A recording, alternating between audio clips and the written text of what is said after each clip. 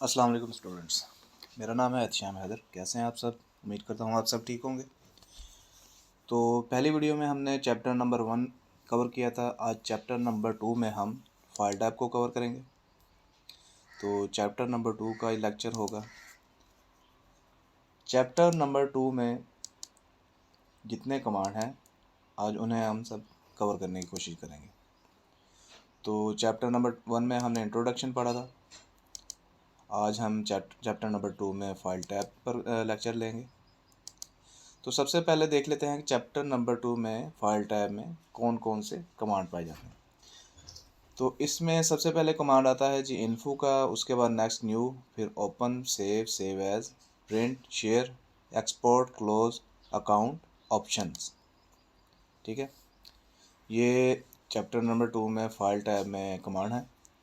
सबसे पहले हमने इन्फो पे को कवर करना है। इन्फो के बाद नेक्स्ट आ जाता है हमारा न्यू। न्यू में क्या क्या चीज़ें हैं वो हम देखेंगे। न्यू के बाद नेक्स्ट आ जाता है ओपन। ओपन के बाद नेक्स्ट आ जाता है हमारा जो कमांड नेक्स्ट कमांड है। अच्छा, ओपन के बाद नेक्स्ट कमांड आ जाता है हमारा सेव का। सेव के बाद नेक्स्ट है सेव एज। सेव और सेव एज में क्या डिफरेंस है ये हमने देखना है, इसमें ये कवर करना है। उसके बाद नेक्स्ट ऑप्शन जो है हमारा प्रिंट है। प्रिंट को कैसे यूज़ करना है ये देखेंगे हम, इसका क्या पर्पज़ है। उसके बाद नेक्स्ट ऑप्शन आ जाता है शेयर का। शेयर के बाद नेक्स्ट ऑप्शन है एक्सपोर्ट। नेक्स्ट कमांड है हमारा अकाउंट। तो अकाउंट के बाद जो नेक्स्ट कमांड हमारा आएगा वो है ऑप्शंस। तो ये टोटल कमांड है फाइल टैब में। आज इसी पे हम लेक्चर लेंगे। टोटल जितने भी कमांड हैं यही कमांड है। तो चलते हैं सीधा हम माइक्रोसॉफ्ट ऑफिस में और आज का लेक्चर स्टार्ट करते हैं।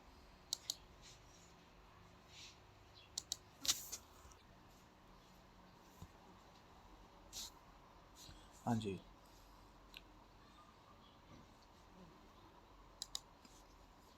तो हम चलते हैं फाइल टैब में। फाइल टैब को ओपन कर लेते हैं।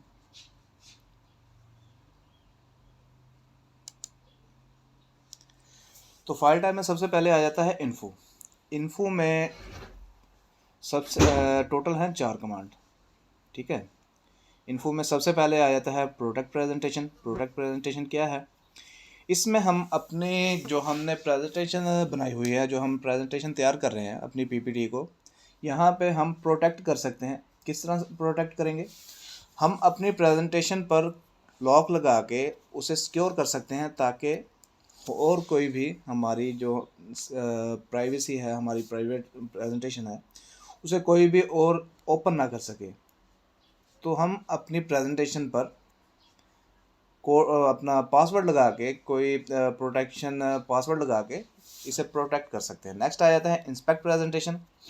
तो इंस्पेक्ट प्रेजेंटेशन में क्या होता है कि हमने कोई प्रेजेंटेशन तैयार की है, तो उनमें कोई वर्डिंग की कोई इश्यूज़ हैं, कोई मिस्टेक्स हैं, किसी किस्म की कोई गलती है, तो यहाँ से हम चेक पर क्लिक करेंगे।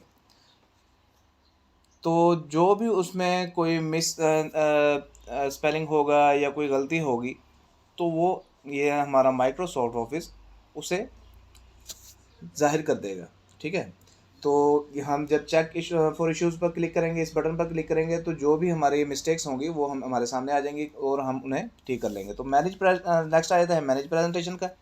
तो मैनेज प्रेजेंटेशन में हम अपने प्रेजेंटेशन को रिकवर कर सकते हैं। जो हमारी अनसेव प्रेजेंटेशन है उन्हें रिकवर कर सकते हैं और अपनी प्रेजेंटेशंस को हम सेव कर सकते हैं। अपनी प्रेजेंटेशन को हम यहाँ से रिमूव कर सकते हैं। तो यहाँ से हम मैनेज प्रेजेंटेशन से अपनी जो हमारी अनसेव प्रेजेंटेशन होगी उन्हें रिकवर कर सकते हैं। नेक्स्ट आ जाता है प्रॉपर्टीज़ का। प्रॉपर्टीज़ में क्या होता है? प्रॉपर्टीज़ में जो हमारी प्रेजेंटेशन ओपन है उसकी कंप्लीट डिटेल होगी। ठीक है, प्रॉपर्टीज़ में कंप्लीट डिटेल दिखाता है।